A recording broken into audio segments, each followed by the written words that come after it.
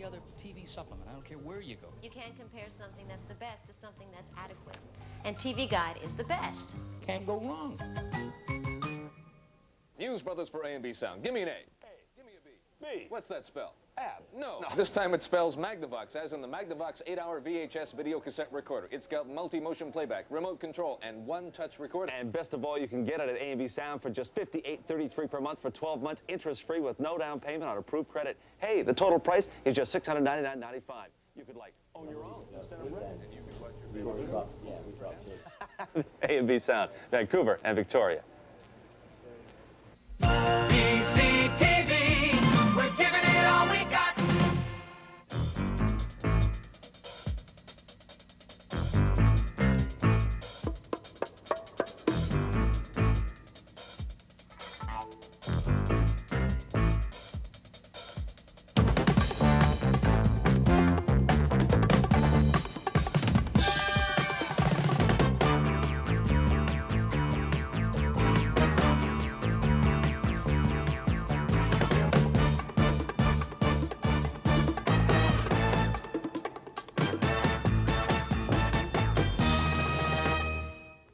Good morning. The Honourable Walter Davidson, MLA for Delta and Speaker of the Social Credit Government in Victoria, yesterday, to my horror and indignation anyway, issued an arbitrary edict which severely restricts the information the public will get from the legislature in Victoria. A legislature which is bogged down and beleaguered and unable to explain its master plan, its master package.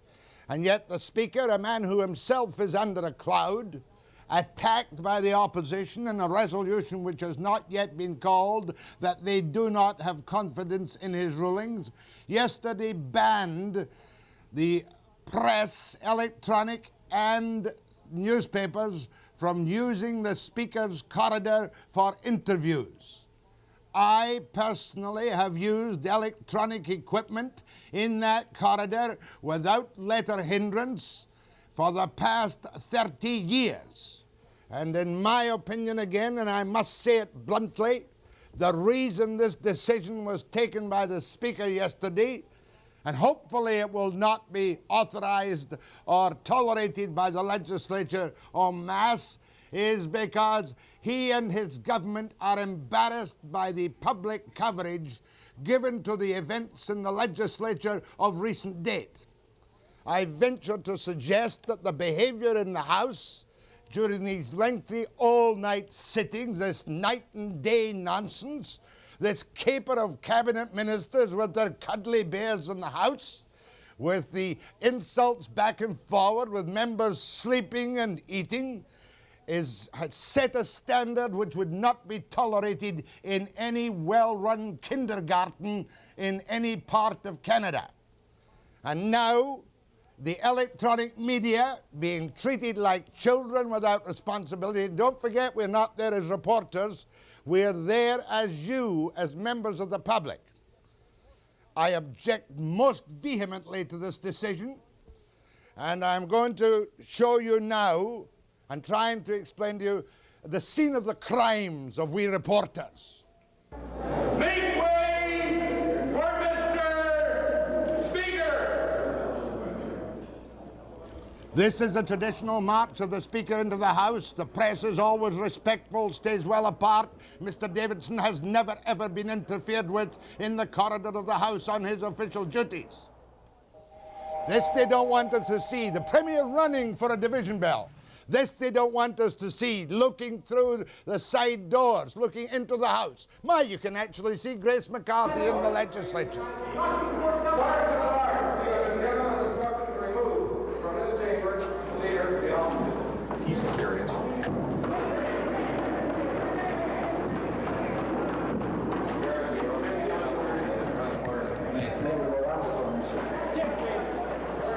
Round the corner, as often happens. But now there's a change. I'll tell you about it. This is a blatant example of dictatorial power.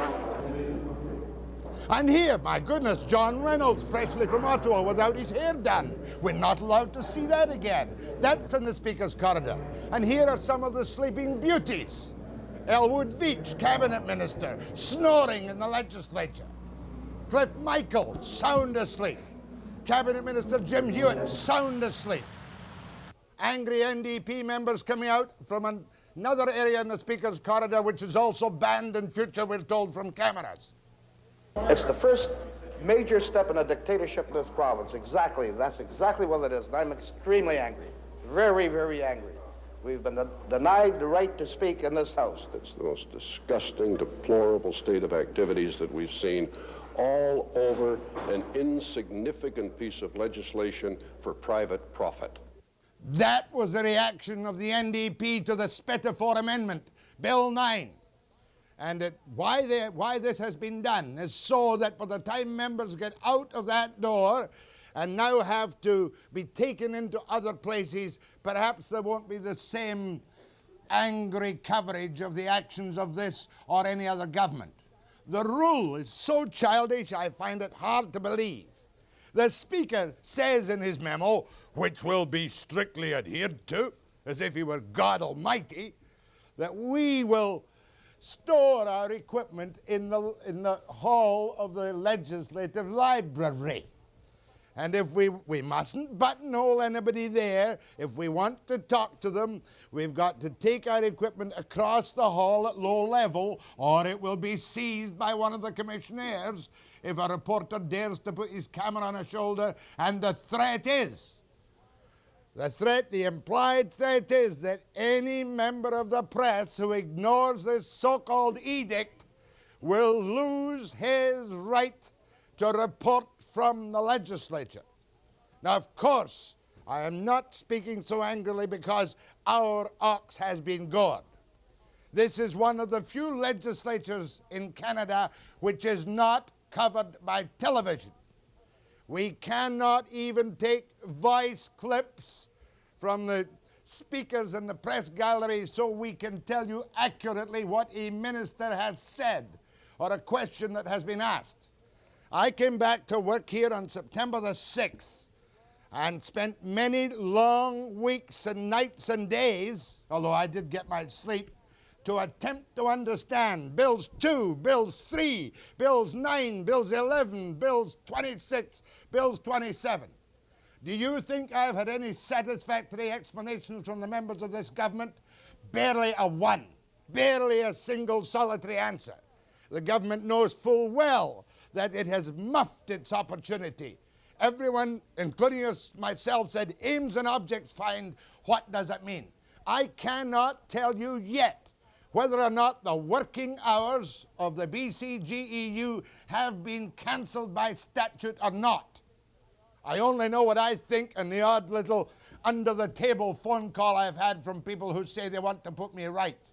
We, the public of British Columbia, in this time of crisis, are entitled to the fullest explanation from the Premier of this province, Bill Bennett, whose performance has been less than lustre. No proper explanations of any kind. I am prepared editorially to support what he's doing if I know what he's doing. As of this moment, I have no idea what he is doing. There is a $20 million budget for communications in this particular government. How much have they told us? Damned little. And along comes this incredible piece of arbitrary nonsense saying, keep these dirty television cameras out of my corridor. Store them over here. Don't you dare tackle ministers when they come out of the House. Don't you dare take any pictures of our sleeping beauties snoring. Pictures which were probably wrongly taken, but properly taken in the public interest through the side windows, because we can't cover it with television, and we should be able to cover it with television, because I'll tell you one thing television coverage would do. It would greatly increase the standard of debate, greatly increase the understanding of the public, and vastly improve the conduct of the members whom we send to do our business. As of this particular moment, Webster, you shouldn't say but you will, I have lost confidence in the ability of this government to explain anything to anybody so we can understand it. Now, if the Speaker would like to be interviewed by Webster, I am free at any time to go and ask him what the devil he's up to. Or he can come to me and he can have all the time he wants. Or the Premier of the province, Bill Bennett.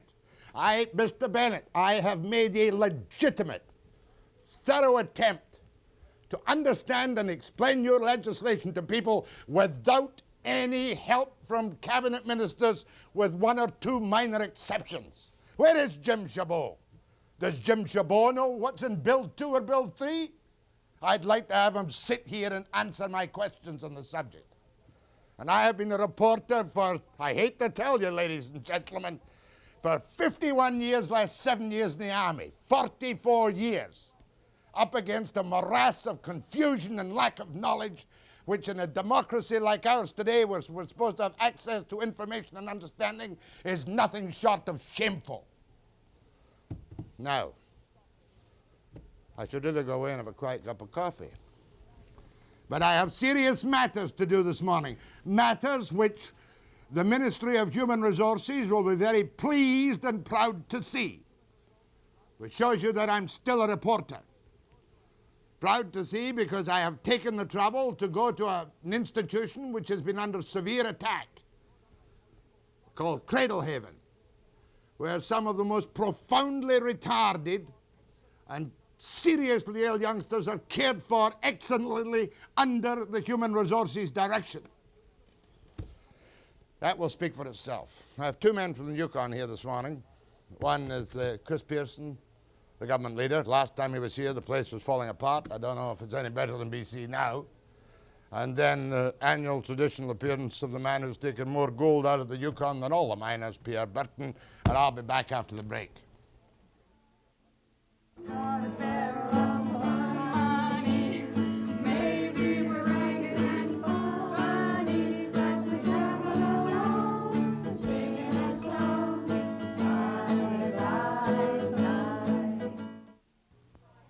This is a report I've been planning to do for some months now.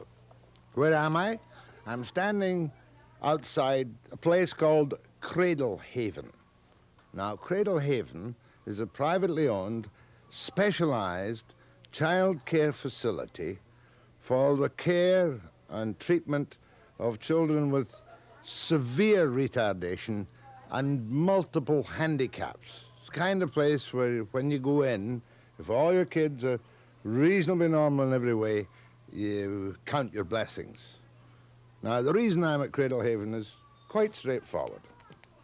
There were public demands for specific investigations into the deaths of 11 children who had been patients in Cradle Haven, from about the beginning of 1982 onwards.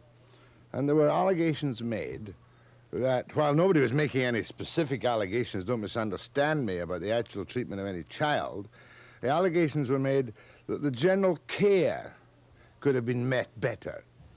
Well, the coroner's office held specific private reviews, fully documented, of those children from Cradle Haven who died. And I think it's accurate to say that Cradle Haven was given a clean bill of health. Some recommendations were made. You can always do things better than the way they were done before. But generally speaking, Cradle Haven was given a clean bill of health. Everyone in the community should be concerned and interested in the specific care of those young people, especially, who are born with, perhaps they don't have a great lifespan and suffer from, as I say, not only severe mental retardation, but other handicaps. So what we're going to do today is we're going to go in, we won't be able to speak to any of the children, I don't think, but we'll see a number of the children and we'll talk to those who run and operate this particularly crucial type of specialized child care institution in the province of British Columbia. Kathy Melilou. That's You're right. the director, nursing director, or Nursing what? director, sir. And Welcome. one of the owners too. That's right. Now, tell me what area we're in now. Is this the high-risk area where? That's right. The area is open and easily accessible so the staff can view the children at all times during a 24-hour period. This facility has historically admitted the most high-risk, delicate children that are very, very difficult to care for in a home setting. Perhaps you could tell me about the little This is Stephen. Stephen. Stephen is 6 years old. He has a very rare metabolic disorder. Most children with Stephen's condition die within the first 2 years of life. Stephen has a very stormy course. He requires resuscitation on a regular basis. How long has he been here? He's been here about 4 years now. His family did care for him. That makes me think now, what kind of staff do you have here at all times? What is your basic staff? Because you look after how many children now? 20. 20 children, That's right? correct. So what would you have available at any given time? We always have a trained nurse on each shift. Our staffing ratio is 4 people on day shift, 3 on afternoons, and 2 on nights, and that's just the nursing staff. Now, obviously you have to give instant resuscitation in many cases. You've got your Regularly. oxygen. What's that thing there? That's a suction machine. That's Many a of the children do not have a strong enough cough to remove mucus from their throat, and we have to help them with that. It would be wrong to say, would it, that every child here is critically ill and in danger of death, or would that be right to say? Many of the children that have been admitted here, particularly the very high-risk young children, had a life expectancy from anywhere from 2 weeks to a couple of months. And many of them are still here, but it is a very stormy course. Now, again, as I said in my introduction, one must count one's blessings. This is a child, obviously, who can't get out of bed, eh? Ever. Well, yes, she can. She gets up in a wheelchair, but she's having a bit of a bad day today. She's very tired. The splints that she has on her hands were made by the physiotherapist to try to correct contractures so that hopefully at some point she might be able to use her arms in some purposeful kinds of movements. Is there a general description for their condition? Severely mentally retarded? No, these children are classified one step below that. They're classified as profoundly mentally retarded. Each and every one of them, That's profoundly correct. mentally retarded, plus allied conditions. And not Yes. necessarily allied, but... Many of the children have a lot of medical problems along with their mental And it wouldn't retardation. necessarily just be spasticity, No, definitely not. Method- Seizure disorders seizure- is something we deal with every day. like major epileptic convulsions, Most definitely. breathing difficulties, respiration. Very much so. This kind of thing. So you must be prepared to... But listen, it's a long drive out here. How far are you away from the nearest hospital? About 10 minutes. 10 minutes. That's right. That'd be Maple Ridge, wouldn't it? That's correct. Then, of course, like any other child from a far distance of the province, you have instant access to the Children's Hospital in That's Vancouver. correct. Now, not all the beds are occupied just now. Is that part of your plan to keep the children out of bed as much That's as you right. can? Most definitely. The children are dressed every day. They're put in civilian clothing and they're got up, they're sat up, they're held a great deal and rocked, not just for the loving contact, but to decrease the spasticity. And now, looking over our shoulder, I'm sure the camera will see that you've got this is not a normal everyday activity at Cradle Haven. Tell me No, what's happening. This is once a week, though, occurrence. This is a group of people that come from the Haney Presbyterian Church. They've been coming on a regular basis for over a year. They come and rock children, cuddle them, sing to them, and if their minister can attend, he reads scriptures from the Bible that pertain to children, and we have a prayer. That's rather touching, to tell you the truth. And of course, I happened to see a friend of mine over here whom I, honest to goodness, didn't know was coming. Ed, come over into the camera. Jack, how are Ed you? Simon of the province. How are you? Many, many, many years Used to be the indeed. province, retired now. You're retired now, are you? Kathy, how are you? Very good. And you know Kathy, of I know course. I Kathy, don't yeah. have to introduce you. Ed, what are you doing here? Not Tell me. I'm knocking you for being here. Just tell me why. I'm with this church group, but we have a grandson here, then that's 2 reasons why we're here. And he's profoundly retarded? Oh, yes, he can't see, he can't hear, and How old is he's he? got a bad heart. He's 2.5. 2.5 now. When he was born, the doctor said he had 6 months to live. And as far as I'm concerned, this institution has kept him alive for 2.5 years. So otherwise, I don't think he'd be here. Yeah.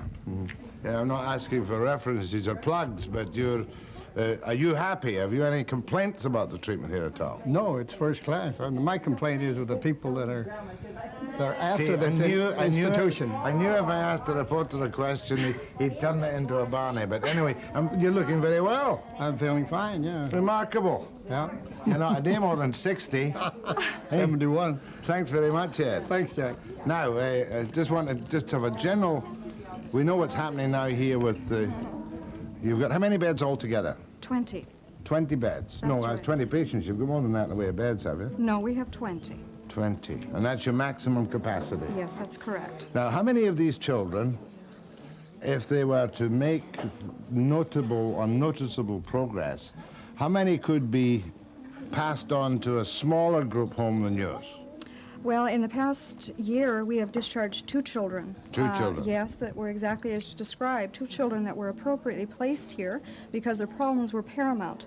But we were able to correct a lot of their behavior problems and feeding difficulties and convulsive problems so that a family could cope with a child. And that is definitely the most desirable. I don't think anyone denies that. Many of these children must have caused great emotional upheaval in the original families from which they came. Most definitely. Must be very hard for these parents even to come and visit on occasion. Is that so? That's correct. But I don't think that there's any doubt that the pain is always there. A lot of guilt about having to place the child. There was one other question I was going to ask you, and that was that in the report from the coroner's office, they made a number of recommendations. Yes. You are you're under the direction of the Ministry of Human Resources. That's correct. Well, I'll tell you what we'll do. We'll continue this particular section of the interview out in the office, but we don't want to interrupt the programs too much. Thank you.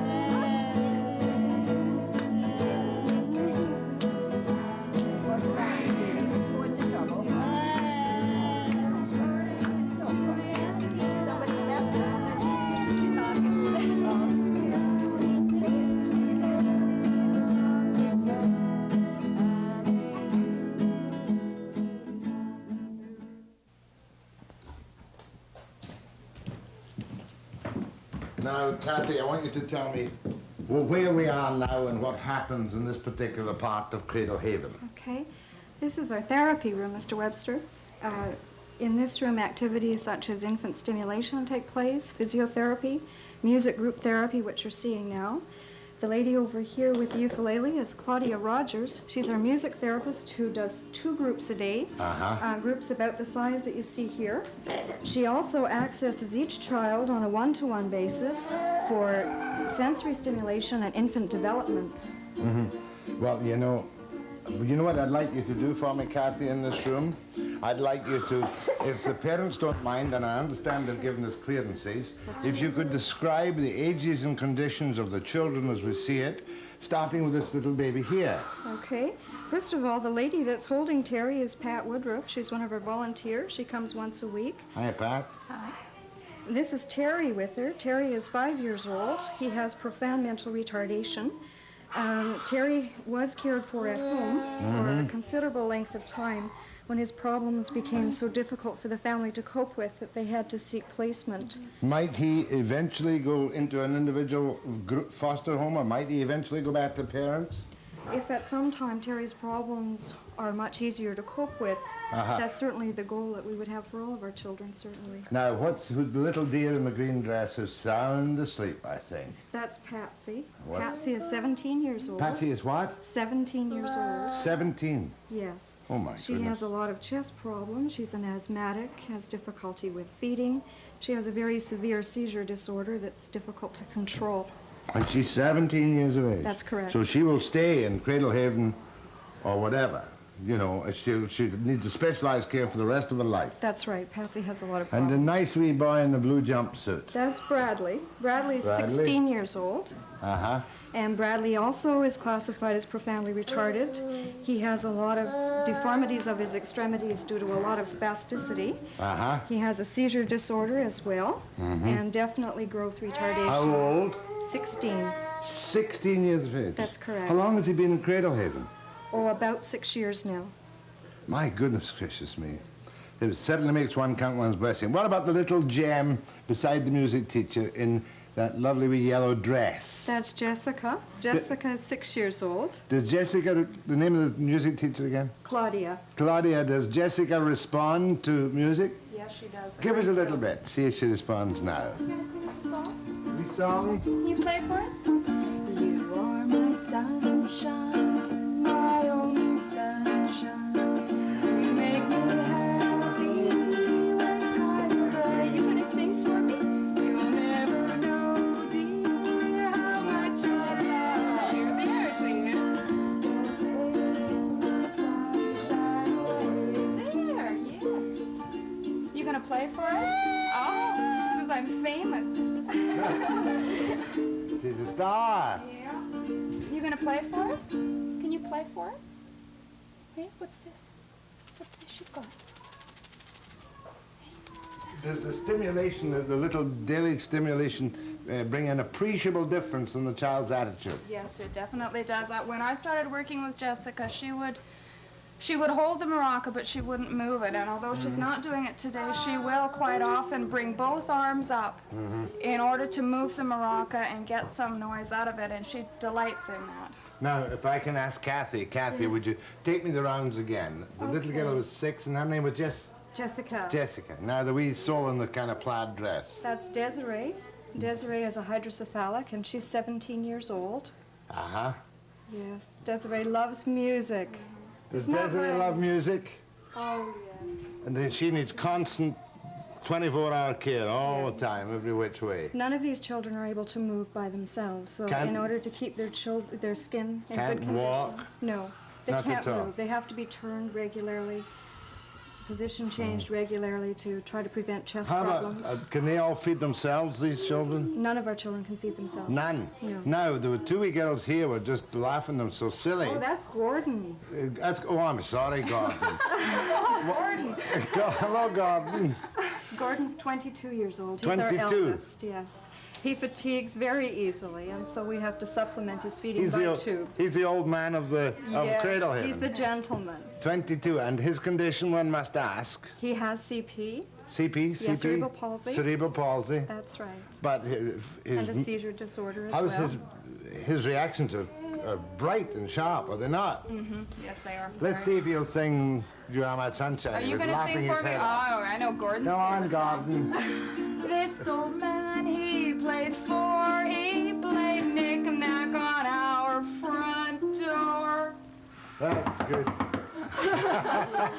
With the knick-knack paddywhack, give the dog a bone. This old man came rolling on me. Good Yes. stuff. Now tell me. Well, we'll talk about the little girl with the beautiful black hair. That's Kimberly. Kimberly. Kimberly is 19 years of age. And CP. Yes, she has a lot of seizure problems and a lot of spasticity. She has good use of her right hand. She loves to shake the bells. And bright. Very. Bright. Because you can't measure IQs or anything. You can just measure responses. That's true. The children are all classified as profoundly retarded, which means that their IQ would range from 0 to 20. But certainly their level of response is, they're very sociable children. Her They name love again, please? attention. Her name? Kimberly. Attention is the thing that matters. Oh, Has to be fed and diapered and looked after every which way. That's right. All bodily functions. And a lot of love. And yes. And where would these children, how long have you been open in Cradle Haven? Cradle Haven's been here for about 18 years, but 18 I've only years. been here for 2 years. And have some of these children been here for the 18 years? No, actually, Gordon has been here the longest. He's been here for 10 years. Gordon's been here 10 years. Gordon is so set in his setting that if we move his bed, he starts to get very listless He certainly and knows. despondent. He certainly knows his name, doesn't he? Oh, yes. Another wee chorus, please, from Gordon. And from Jessica. You gonna sing for me again, Gordon? What song do you want?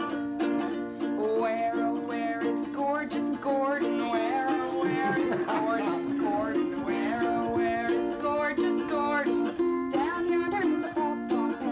Desiree, where's Gordon? Where is he? Where's your boyfriend? Where's Gordy? Oh, Desiree's playing shy. Hero, here is gorgeous Gordon. Hero, here is gorgeous Gordon. Hero, here is gorgeous Gordon. Down yonder in the pom-pom patch. Are you gonna play for us today, too? You gonna move that arm of yours? No? Okay. Claudia, we don't want to butt in too much. Thank you very much indeed. Thank you. Let me have a word with Pat Woodruff. Pat, Yes. you're a volunteer. How long have you been involved as a volunteer? I've only been coming about a month. What made you come? What made me come? Well, I really love children, and I just thought that maybe I could give some of that love to them. What's this sweet soul's name again? Terry. Terry, and he's 5, is he? 5. Thanks very much, Pat. Much obliged. Come on, we've got more work to do.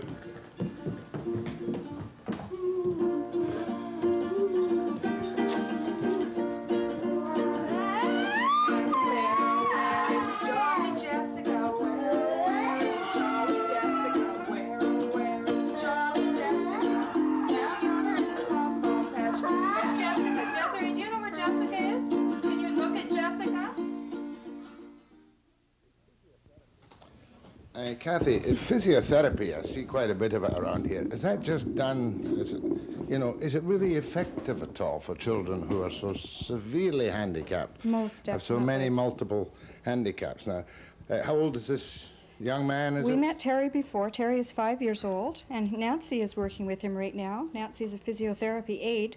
We have a physiotherapist that comes in and does assessments on the children, sets up a program of physiotherapy that's best suited to the needs of the child, and gives Nancy direction, and she carries through with the treatments 5 days a week. And without that artificial movement, or that assisted movement, there'd be no muscle tone at all.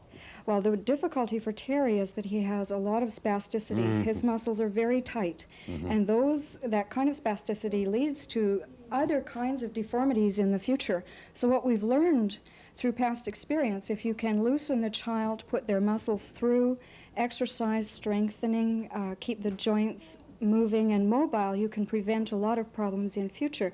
When Terry is finished on the ball, his hands come down very nicely and he relaxes. He has much less spasticity. I see. Now, how long will you keep this up for? How long will you do that for Terry? I will work with her for about 15 minutes. About 15 minutes, every day? Mm-hmm. Every day. And how many of the children do you give this kind of therapy to? Work between 10, 12 children. 10 and 12 children. Is he responding much at all? Most days it changes with... I see it. I hear a little chuckle there. He must be enjoying it. He's happy. Oh, good. Yeah, most days he responds very well, but there are some days when he doesn't. Thank you very much. Now, there's another form of treatment going on over here, which I would like to see. Perhaps you and I can... Oh, we'll just lean over the sink top here, and it's our old friend again, Claudine, isn't it? That's now, right. Claudine, tell me what you're doing. I'm working with Terry, doing one-to-one therapy with him. Pardon me, Shay. I'm sorry, I'm hearing Terry's name over there. I'm doing one-to-one treatment with him. What I'm trying to do is get Shay to open his hands and explore his environment, explore the things around him. When I first started working with him, his hands were just tight, clenched. And he's now beginning to relax and open up his hands. And then we do some things, holding onto musical instruments, shaking them, responding to the music. And how old is Shay, I forget? Have we met Shay before? 4. Yeah. Shay is 4. And this is done on a daily basis? Yes, it is, yeah. But would he ever be able to walk? I think that's unrealistic to expect. Unrealistic definitely for to this expect child, it. yes. And how long would Shay have been in Cradle Haven? Shay's been here about 2 years now. 2 years now. And likely to be here for some considerable time yet, I should imagine. As long as his problems are too difficult for a family to cope with at home, yes. Thanks, Claudine. Thank you very much, Claudine.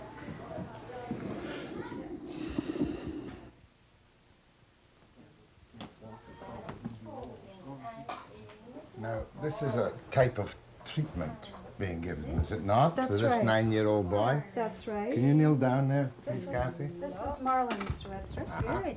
And working with Marlon is May Hasty, who's affiliated with Arthur Peak School in Maple Ridge, which is a school that specializes in education for handicapped children. So therefore, what May is doing one-on-one as part of Marlon's education. That's right. Is that right? That's right. And she comes here how often to Marlin? May comes 5 May. days a week. 5 days a week. That's right. And does she do other children in your place as well? She does one other child. One other child, that's right. But most of her time is spent with Marlon. What are you doing actually, May? Just tell me precisely what and why you're doing We're it. trying to develop finger control and touch control with Marlon, to develop tactile stimulation. So we're trying to get him to grasp. Right now he won't grasp on his own. So we're trying to encourage him to learn that that's grasping and lifting, and then eventually he will learn to let go. This is to give him a little bit of activity which he appreciates and understands. Yes. Now, do children in Marlon's condition eventually get to be able to do these simple things? Well, we always look positively, and we usually, with a lot of stimulation and repetition, this will come eventually. Do you do this 5 days a week with him? 5 days For a an week. hour at a time or whatever? Basically, maybe a little work session like this would be half an hour. Half an hour. I do physiotherapy with him a bit and try Then he goes back to bed, does he? in the afternoon usually. In the afternoon he Has goes a to little- bed. Little nap. So, May, you're a teacher of tactile, if that's what you call it, stimulation for youngsters to give them some basic movements they wouldn't otherwise have. Is that right? Well, that sounds good, Does yes. that sound good? Yeah, and sometimes it must be quite rewarding when you see an improvement. Very rewarding. It's very rewarding to see. Okay, if that May, we happens. don't want to interrupt your treatment of Marlon, so Well, if I can get thank up you my very much. knees, we'll continue Okay. looking around Cradle Haven. Okay, thanks, May. Now, I think it's your nursing supervisor supervisor. on the day shift. Madge Jackson, Mr. Webster. Madge, one question I haven't asked is, if I've got a child in here, you know, and I've had dreadful problems at home, you know, and I've maybe tried to wipe the child out of my mind, you can understand that sometimes. Can they come here to see their kids? Oh, certainly, anytime. Anytime? Anytime, morning, noon, or night. Night or day? They can do Anytime. that. We have no regular visiting hours. No, but anybody who wants to see their own children can come at any time. Anytime. Thanks very much, Madge. Nice to meet you. Nice to meet you. Now, a couple of questions I want to ask you. You must have been upset by the very thought that there was to be a public inquiry at all. Oh, very much so. Did you feel it was fair? Most definitely not. Now, the recommendations are fairly minor. You've got a better liaison with Sunny Hill and whatnot. Do you find any of the recommendations difficult? Not at all. We felt that the report was very thorough and certainly very fair. And what Dr. Yaski has done for us as a result of his inquiry is to make recommendations that are fairly easy to implement, that will help us to They're improve practical. services to the children. Okay, Most definitely. another couple of things I want to ask you. How often do you have to resuscitate children on the point of death? Or resuscitate children in some major attack caused by their severe conditions? Regularly. There's one little fellow who is resuscitated up to 3 times a day and has been for about And 4 years now. do you feel confident you can handle any kind of normal, by that I mean in your abnormal circumstances with these children here, any medical resuscitation as good as anybody else can? Most definitely. Our staff are all trained and certified. You've in got no CPR. worries about that at all. Now, these No. children about whom the inquiries are made, and I haven't gone into that at all, if a child becomes obviously critically ill in a terminal way, do you keep the child here? We admit the child to hospital for active treatment. We Right always away. treat our children. Of the That's right. 11 children, I believe 6 or 7 of them died in acute care hospitals. That's correct. Maple Ridge and Vancouver. That's correct. Now, another question, I've got to do a little bit of the old Webster because I've been around these places for a long, long time indeed. What pleases me so much about that place is the lack of sterility. You know, when I used to go to Woodlands and the closed wards and all those places, they were so sterile, they horrified you. Does the lack of sterility, do you think, damage the children at all? No, actually, what it does is it helps the children to develop an immunity and resistance to infection. I think what we're trying to do to the best of our ability is to create a home setting. We don't see ourselves as an institution. We live with the children, and this is their home. Our staff. How about the turnover is stability very of your minimal. staff? Very minimal. Oh, definitely. We haven't had any changeover of full-time staff since we've been here, and that's the past 2 years. Madge, that you just met, has been here 8 years. Many of our staff have been here 6, 5 years. So they get bonded, you might say. Oh, most definitely. Very nice to see some of the reactions of the children today, both to the staff and to the volunteers. When we lose a child, it's like losing one of your own. Does MHR give you enough support under their direction to keep the thing on an even keel? Most definitely. The Ministry of Human Resources has been very responsible since we started here. We presented... But surely you're not doing this as a money-making venture for yourself and your partner, are you? Most definitely not. You make a living. That's right. We get a salary. You get a salary allocated to you. That's right. It's not as such a profit-making institution at all, therefore. Most definitely not. Okay, Kathy Mellilou. Best of luck. Thank you very much, sir.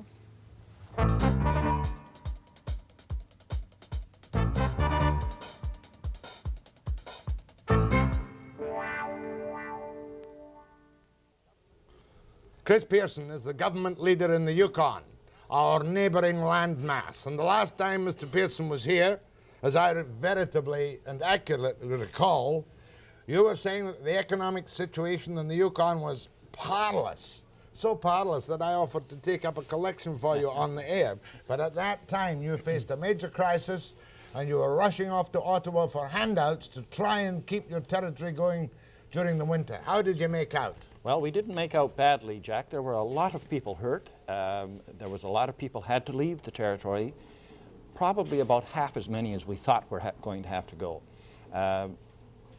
But by spring, things were starting to look better. The weather warmed up, mines started going back to work, and now we seem to be on the road to recovery. So it was a very tough winter. This is going to be a tough winter as well. However, we're not looking for the handouts. It's not the same kind of a problem this year. We have restraint in place, and we think that we have it under control now. All right, before we talk about what restraint we have in place, we don't know what restraints we have in place here, but I won't involve you in British Columbia politics. How many of your major mines have reopened? I remember it was, whose mine was it?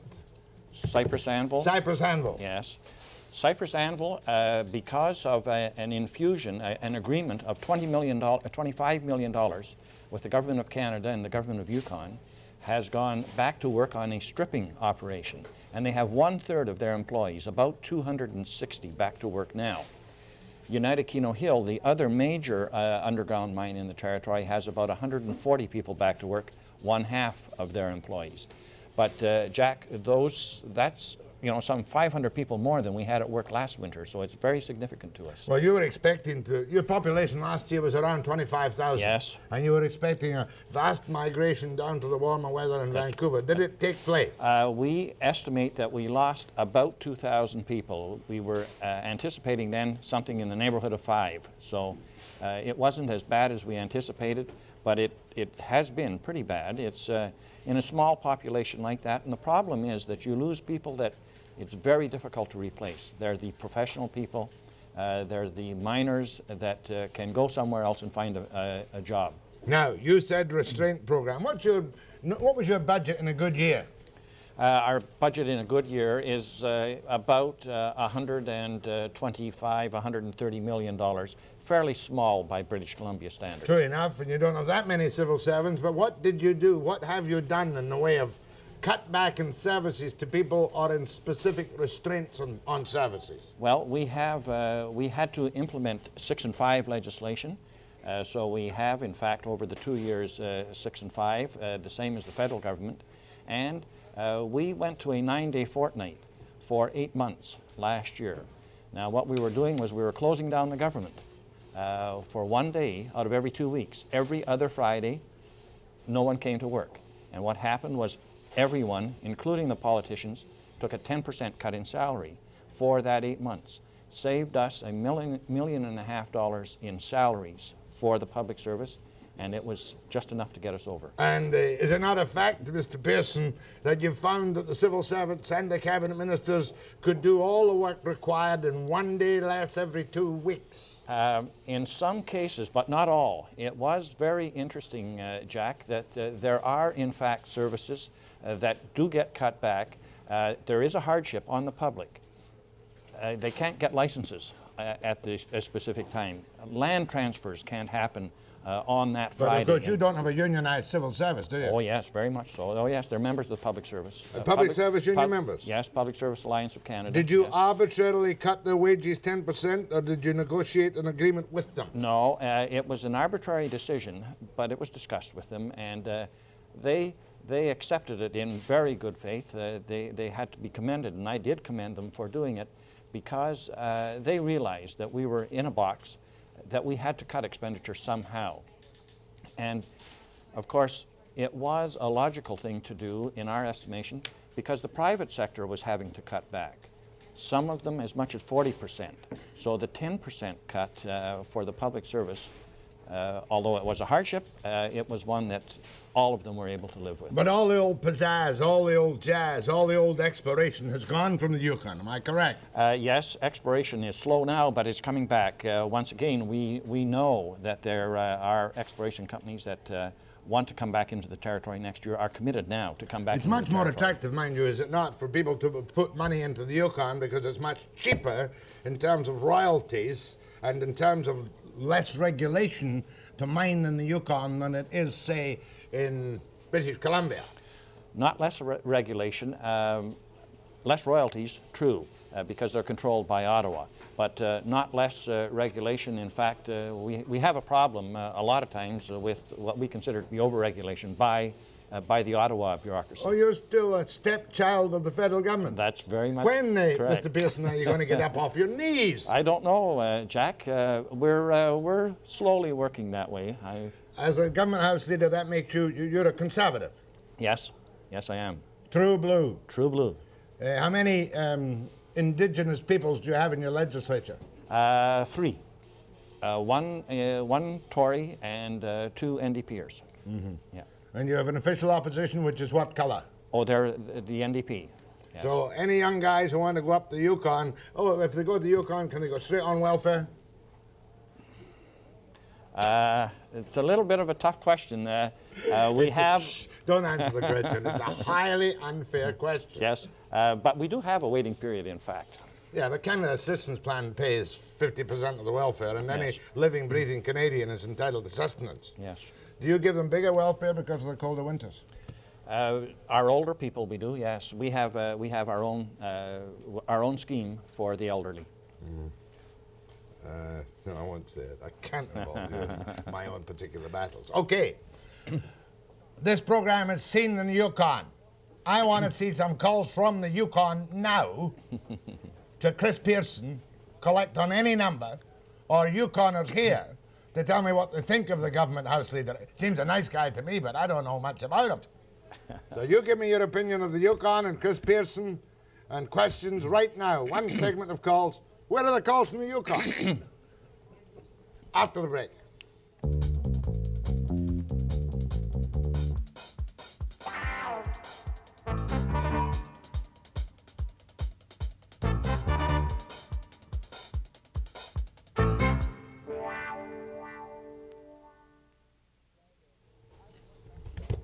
I was once up at Sourdough Days. Yes, rendezvous. Rendezvous. Yes. And I got it. Government in Ottawa to see about northern benefits. Were we able to do anything on that at all?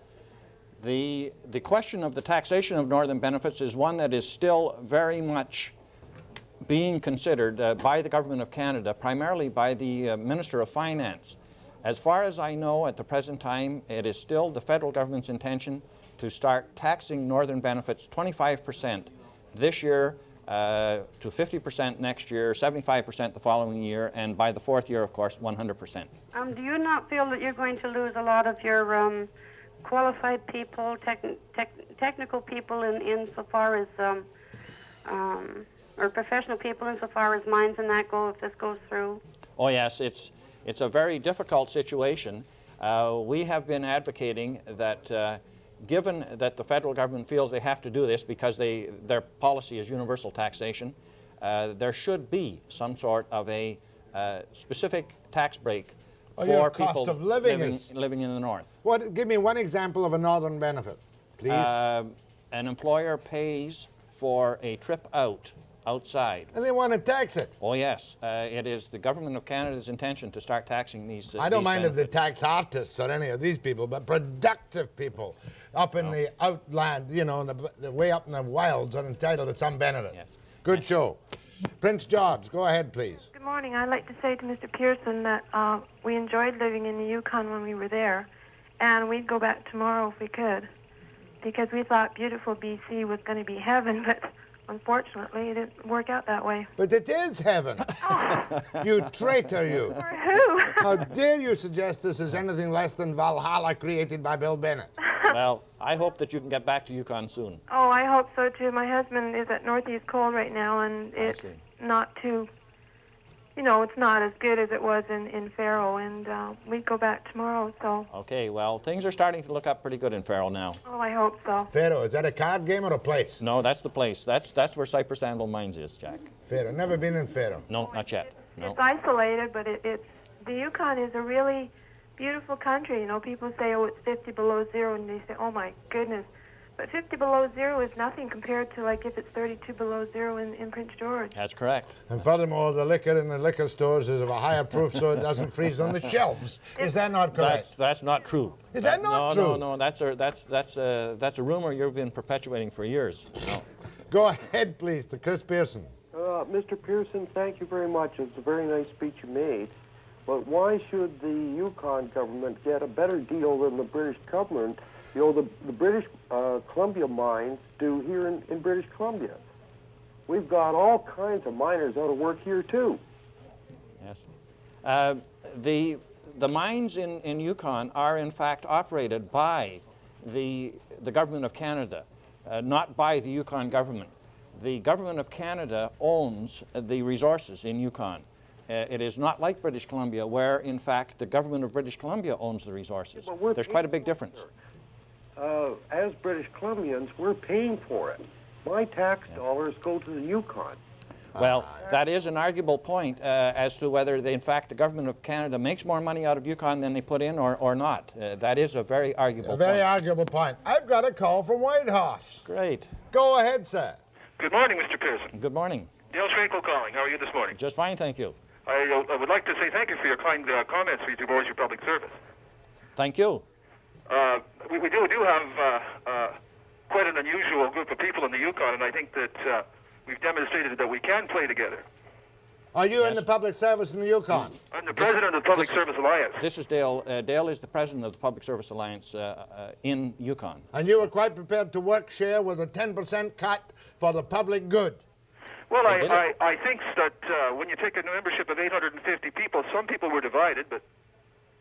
Well, I congratulate you. I wish we had the kind of sane and sensible bargaining that you, Dale, and you, Mr. Pearson, have exhibited in the Yukon. Thank you. One call from Whitehorse, it was a success. That's great. Next, I have a man who has mined more gold out of the Yukon. That's right. Than any 150 miners with their pack trains going over the, what was the name of that pass again? The Chilkoot. Chilkoot Pass. Chilkoot. Yes. And I will not give you his name. He's a mystery guest after the break.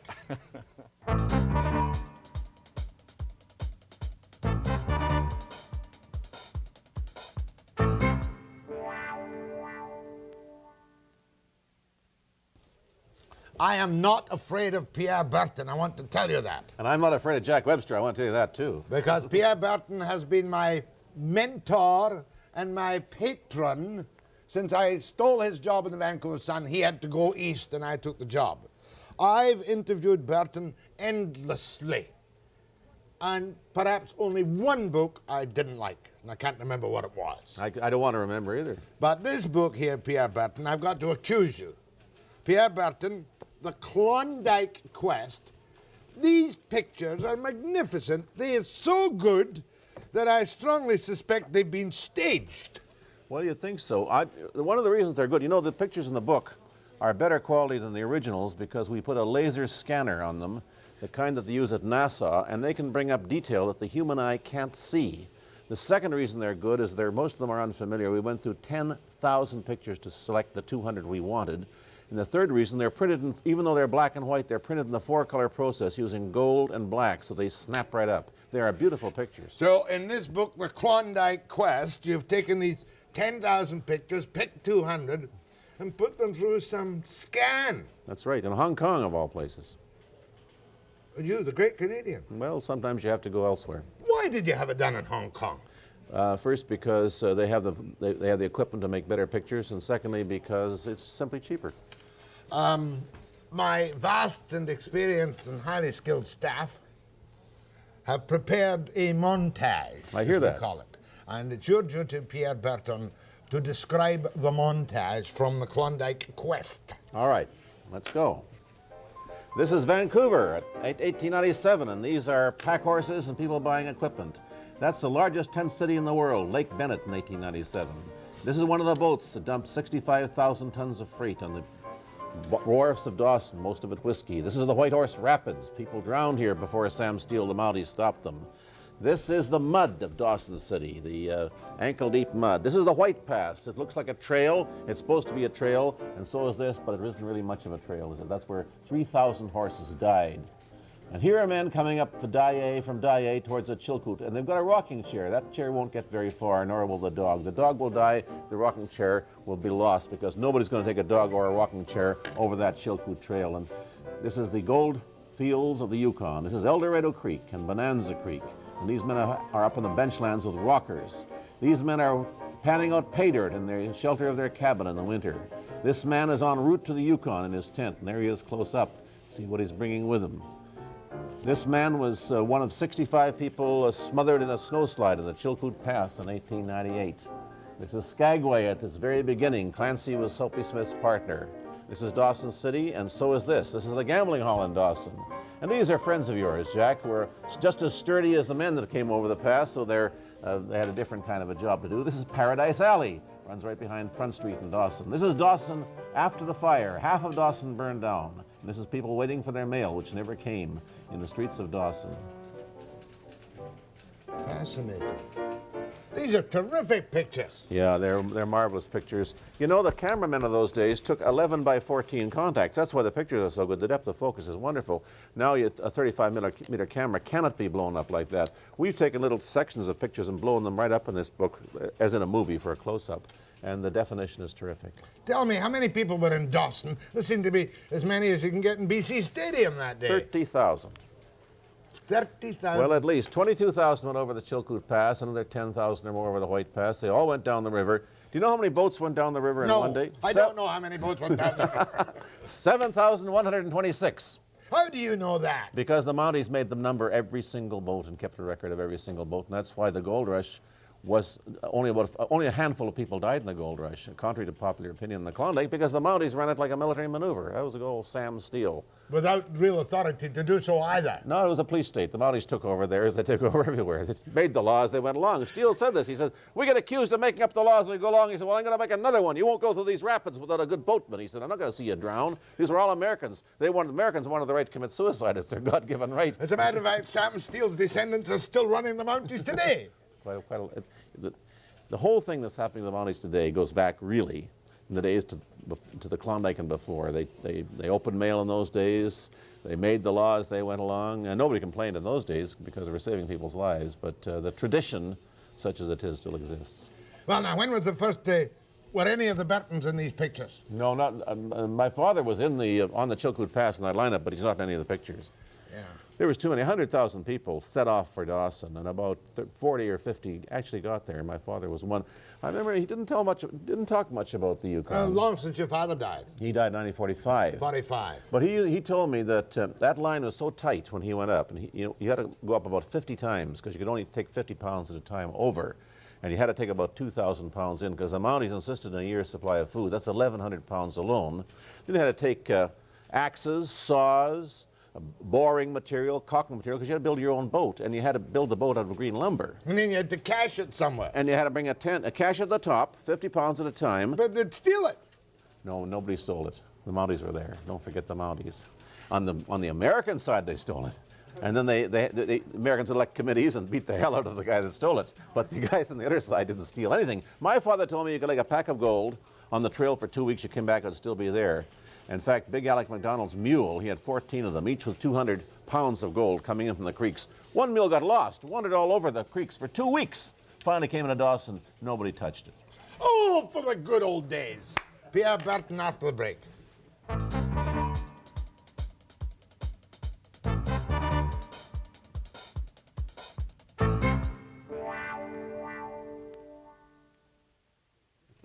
Amazing fellow, Berton. These incestuous type interviews should not really be on the air at all. because You're quite right. We all interview. we're right. We all interview each other. We interview each, and yet we're the people that scream about freedom of speech, but we only give freedom of speech to our friends. How true. Eh? Oh, well, Ain't that the truth? I want to hear more about the Berton family. I don't know all that much about in relation to this book, because you are a big, strong guy, but My I father don't know. was a big, Don't strong you guy. couldn't have done it. No. Nobody could do it now. I mean, imagine to walk 2,000 miles, to climb the Chilkoot up those icy stairs with 50 pounds in your back over and over and over What again. do you mean walk 2,000 miles? Well, let's see, how many miles did they walk? Some people walked 2,000. Out of Edmonton they did. I think my father, who went up to Stikeen first and couldn't get up, it was a heaving swamp, and went back, he must have walked several hundred miles. And my father was a university graduate. He was a civil engineer. He had applied for a job as an instructor, a teacher, a professor at Queen's University. And when he got to the bottom, when he got to the IA post office, the letter was there, said, "You've got the job, come back." And he couldn't resist. He had to see what was on the other side of the Chilkoot Pass, so he didn't take it, and he spent the rest of his life in Dawson. Like father, like son. Yeah. He scented the gold. Something like that. That I don't was- think it was gold. He never got any gold out of the Yukon. It was not a nickel of gold in the claim that he staked in Quigley Gulch. But because of him, look at the gold you've got out of the Yukon. Well, I can't deny that. Yeah. Let's go through the gold. I remember your first book, Klondike. No, it was not my first book. It was my fourth book. Your first book about the Klondike. It was my first book about the Klondike. It was actually my second book about the Klondike. I wrote a boy's book first about the Klondike. And then you wrote Klondike. And then I wrote Klondike. Then you wrote Cruising Down the River. Drifting Home, yeah. Drifting Home. Yeah. That was about the Yukon. That's about the Yukon. And then your mother wrote a book. Well, her book came out earlier, before mine. And I also wrote The Mysterious North, which is a section about the Klondike in it. I keep writing about the Klondike. It's something worthwhile writing about. You know, it's a marvelous, marvelous country. More people should go up there. And really, what's most important in the Klondike isn't what's under the ground anymore. It's what's on top of it, which is what the tourists want to see. It's fine to get the gold out, but the gold is a resource that won't stay there forever, and it's depleting. Tourists will come every year. And now you were greatly involved, as I veritably recall, in the restoration and the heritaging of Dawson. Well, I was the chairman. I just resigned as chairman this year after 10 years of Heritage Canada. And we, at huge expense, my God, it was costly. It cost us $400,000 to restore one of the oldest buildings. In fact, I think it is the oldest building in Dawson. It's the old Yukon Hotel, and it's on Front Street, right across the Anglican Church. It's a beautiful job of restoration, but it's hellishly expensive. And Parks Canada is pouring a lot of money into Dawson just to save some of those buildings. I don't think they should try to restore them all. Dawson has the look of a movie set now, everything freshly painted. And what the tourists take pictures of are not the buildings that have been restored, but the buildings that are falling down, the old gun shop and the manse and everything else, because they give an air, a sort of a weird ghost-like air to that city, which is part of its charm, and you can't restore everything. I don't believe The most impressive cemetery I've ever seen, I haven't traveled like you've traveled, obviously, is the one at Barkerville, where all the 28-year-olds and 22-year-olds die. Same in Dawson City. How about the cemeteries in Dawson? Oh, there's thousands of graves markers, some of them obliterated on the hill above Dawson. And I went up there myself last year. In fact, we did a film. And I said on the film, this is the Dawson I knew. The Dawson that I knew was not down there in the buildings. The Dawson I knew was up here in the cemetery, because there's a name that I don't know. I'm walking past people that my father and mother knew, and people that I knew. You were brought up in Dawson. I'd forgotten that. Born in Whitehorse and moved immediately to Dawson and worked in mining camps for 3 years. Did you go to school? Yeah, I went to grade 8 in Dawson. Did you pass grade 8? Yes, oh yes.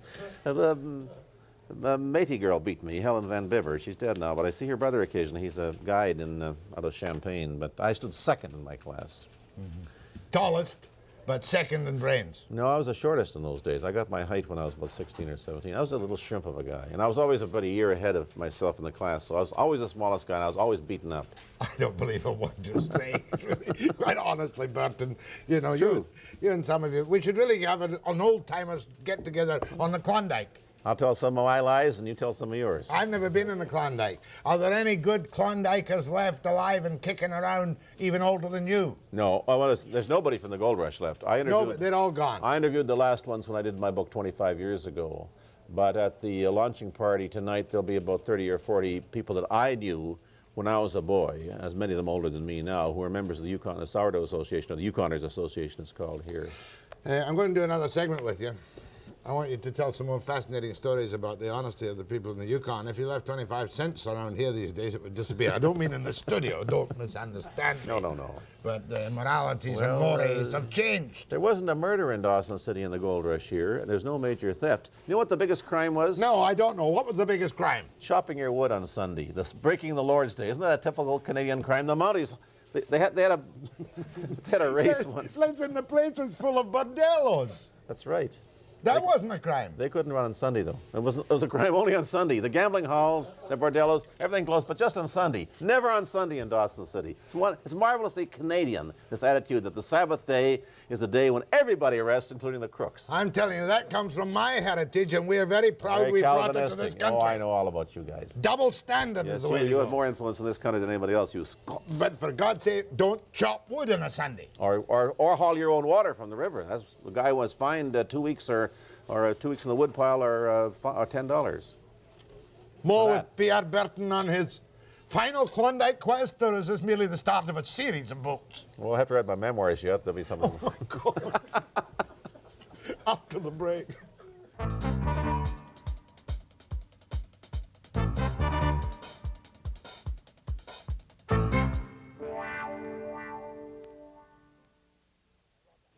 Who is the most famous whorehouse madame in the Klondike? Oh, I don't know, Jack. I wasn't around in those days. Later on, it became Bombay Peggy. Bombay Peggy's home is still there in Dawson, completely furnished, but nobody's. We tried to buy it for Heritage Canada. We thought that there should be. No, really, this is part and parcel of the history of Dawson. Why shouldn't you restore a bordello and leave it as it was to tell people what Dawson was like in its palmy days? No, I'm all in favor of restoring bordellos, I'll tell you. But that's beside the point, you know. If you went to my church and said we're going to spend money to restore a house of ill repute, you know what would happen.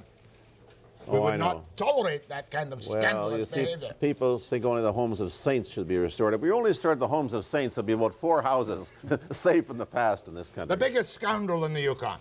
Well, the biggest scoundrel was Soapy, Jefferson Randolph Soapy Smith. He never entered the Yukon because of the Mounties. He was in Skagway, and he was a dictator of Skagway, and finally he got shot. But let me tell you a story.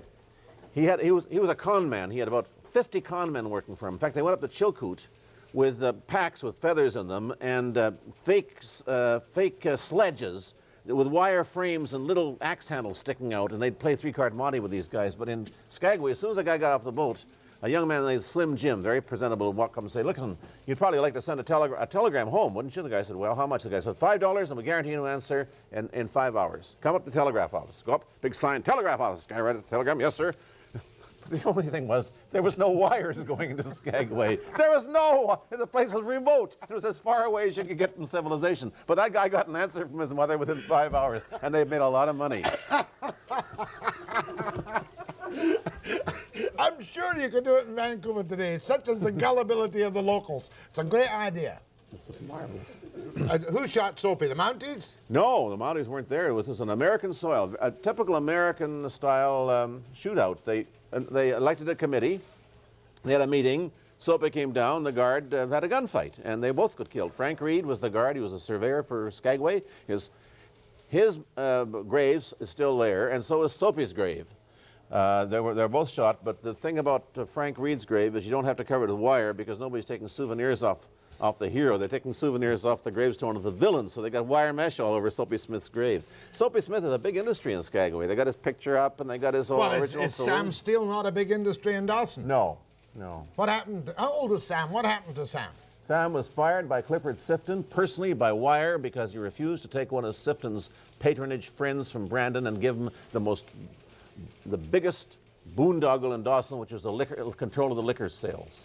Clifford Sifton, later the family of newspaper fame? That Clifford Sifton. That Clifford Sifton. Same. And he said to He Sam... fired Sam Steele because Sam Steele wouldn't hand out what was really a boondoggle to a guy called McGregor, who was Sifton's closest crony from Brandon. That McGregor wasn't his real name. McGregor was J.D. McGregor, and he did very well later thanks to the largesse of Clifford Sifton. Claim jumping, there had to be a lot of it.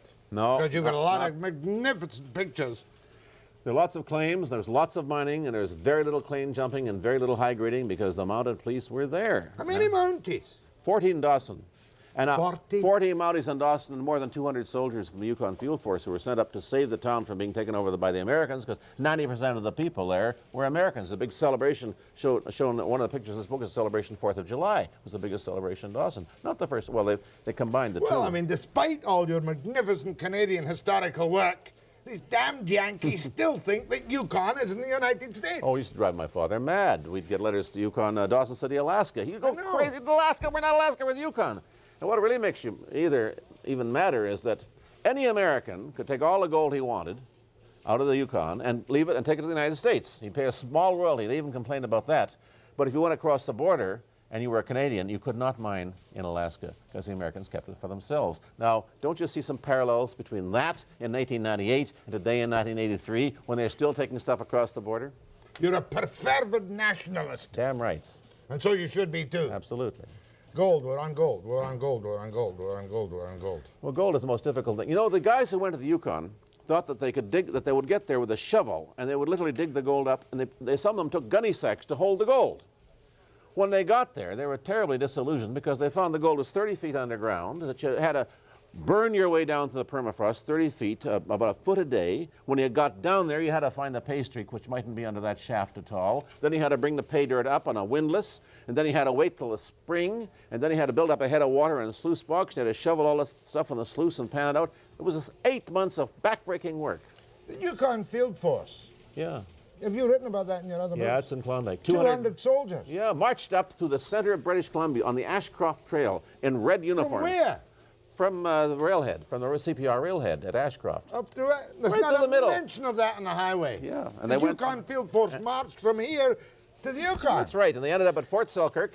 And at Fort Selkirk, you can see the graveyard, the parade square, and there is a plaque there saying the Yukon Field Force, because they were there to prevent the taking over of the Yukon by United States people.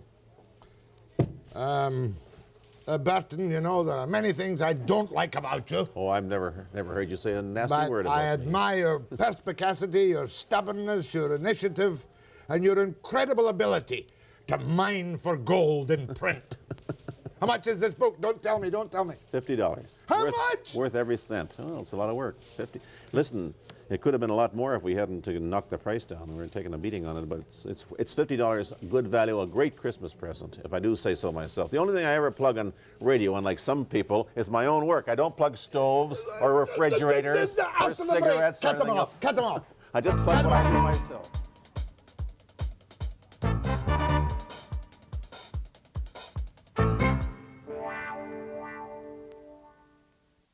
Is there a gravy train in Co-op House?